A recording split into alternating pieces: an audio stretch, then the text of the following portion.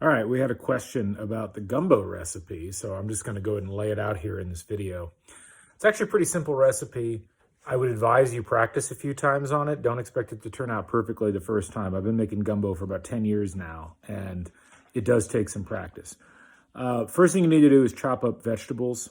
I'd recommend a green pepper or two, and then about 3 stalks of celery with the ends cut off, and then a whole onion, preferably not a sweet onion. Make it a Spanish onion or a white onion or something like that. Dice all those up fine, get more or less equal quantities of each of those, and then set that aside. You also want to chop up about 4 or 5 heads of garlic, mince those really fine, put those in a separate bowl. Then what you want to do is you want some smoked sausage. So just get a whole log of smoked sausage, chop that up into little dollar pieces. And then you want to get chicken thighs, about 2 pounds of chicken thighs probably is good. Put those in a pan and you can cook them over the stove. You can put them under the broiler. Maybe put a little olive oil in the bottom of the pan. Let those brown up on both sides. Should take about, 15 to 20 minutes total. I would go ahead and do all of that first. And you can also add okra if you want. I like the taste of okra. It thickens it up really well. Some people don't like the taste of it. You don't have to have it. But that's certainly another thing that you can include. So once you've got all of those things, you need to make a roux. And a roux is essentially a oil and flour mixture, or a butter and flour mixture. I prefer to use oil on this because the butter makes it a little bit too rich. Take a cup of vegetable oil or sunflower oil, and then just put that in a Dutch oven and heat that up until it gets warm. And then take a cup of all-purpose flour, dump that in. You need to start stirring immediately, and you want to make sure your vegetables are right next to you. Not the garlic, but the other vegetables. Make sure that they're right there. Because what you're going to do, you're going to combine those things, and the roux is going to look white at first when everything combines. And then as you cook, gradually it gets darker and darker. And what you want to go for is something that's kind of the color of coffee or chocolate. Like you're going for a really deep brown. And it's very tricky because if you don't stir constantly, I mean constantly, it is going to burn. And then you have to start all over again. So get it up to the point where you no longer feel comfortable about it not burning. And then take the vegetables, dump them in, stir them all together. That will cook the vegetables. It'll stop the cooking of the roux. And then those vegetables will start to sweat down. As that's happening, you want to pull your chicken out. You want to chop that up into pieces.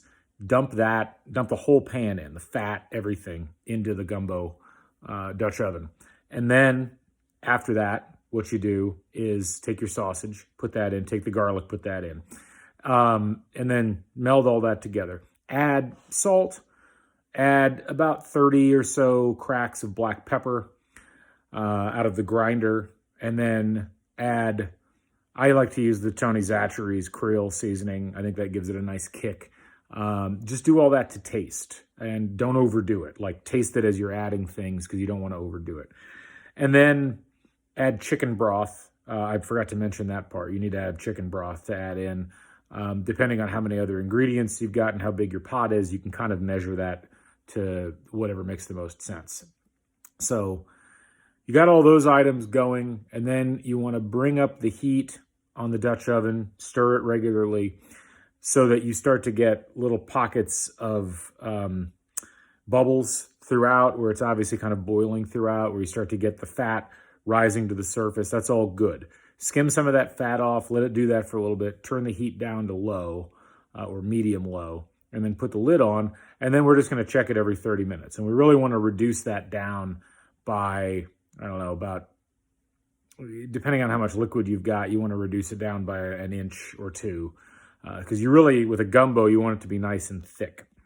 And if you've done the roux correctly, and if you've got all the ingredients in there that you need, you're going to be in great shape. So it sounds complicated, but it's actually quite simple. There's a lot of prep work ahead of time, but then once you get cooking, it's frankly just a matter of adding the ingredients in the right order. So just to recap, chop the vegetables ahead of time, chop the meat, or at least the sausage ahead of time, cook the chicken, brown the outside, make the roux, when you're done making the roux, add the vegetables. Let the vegetables cook in, settle down.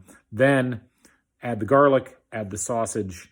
You want to add the spices and a couple of bay leaves. Add the chicken, and then add the chicken broth. Just kind of do all that around the same time, and that'll eventually give you the liquid that you need to start cooking it regularly. And then it's just a matter of just getting it reduced down to where the taste is good and the texture is good. And that can take as little as a couple of hours, and it could take as long as all day. You could essentially put this on the stove and just let it simmer for a long time and really get it reduced down.